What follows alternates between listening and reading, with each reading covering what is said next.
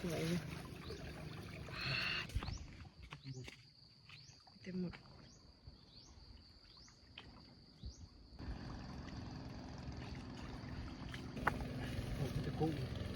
ปาดมันพี่น้องมือนี้กะตัวกุ้งเยอะ อุ้ยร ตัว วย ใหญ่ตัวไม่ไข่ตัวนี้นี่ช่วงไซบอนั่นแล้วนี่บออันบสดแล้วนี่ตัวนี้บสดในนอนมันไข่ขาว ว่าสิมานบอ ฝันอันนี้เต็มเลย มันพี่น้องมือนี้นะเช่าออกในเรื่องไอคลินิกอ่ะนะ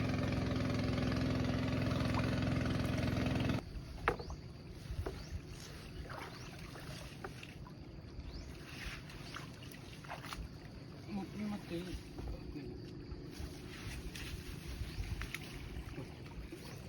ไข่กุ้งเขา อุ้ยมีแต่กุ้งมือนี้นะ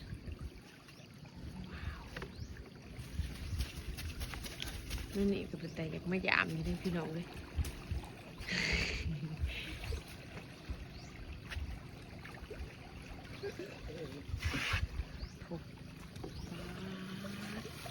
ติดกุ้งสวยเลย ถ้วยหน่อยก็ดอมันก็เต็มถ้วยมันก็โมมืดจักเทื่อเลย ถั่วใหญ่มันบ่มี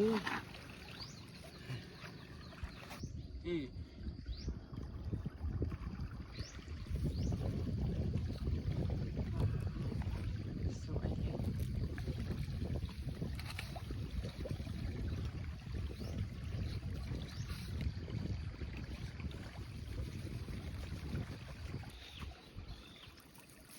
ที่ว่าจึ้งเลย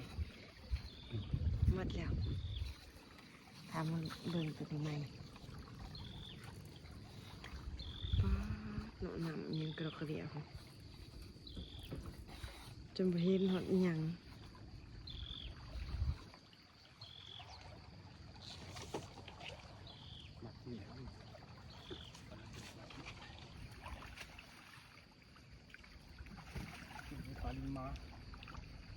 ตอนนี้รอบที่สอง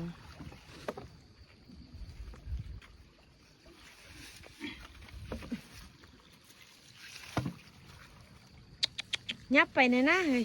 อันนี้นะกระไดตัวนี้รอบที่สอง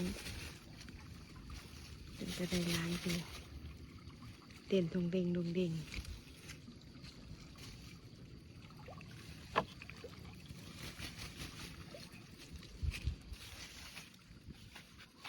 ลิ้นหมดลิ้น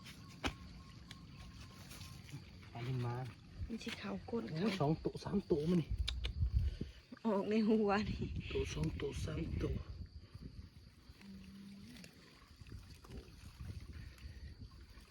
นี่ปลาลินมา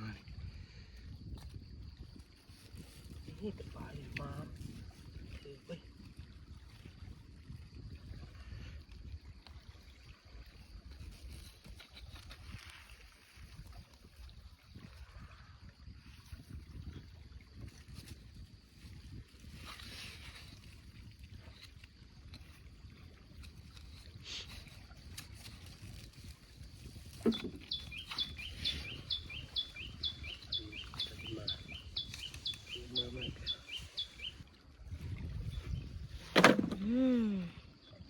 หมดยุ่งไปโอ้โห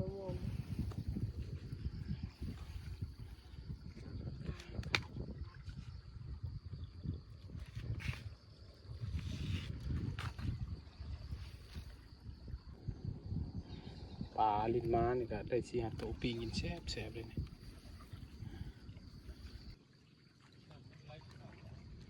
นี่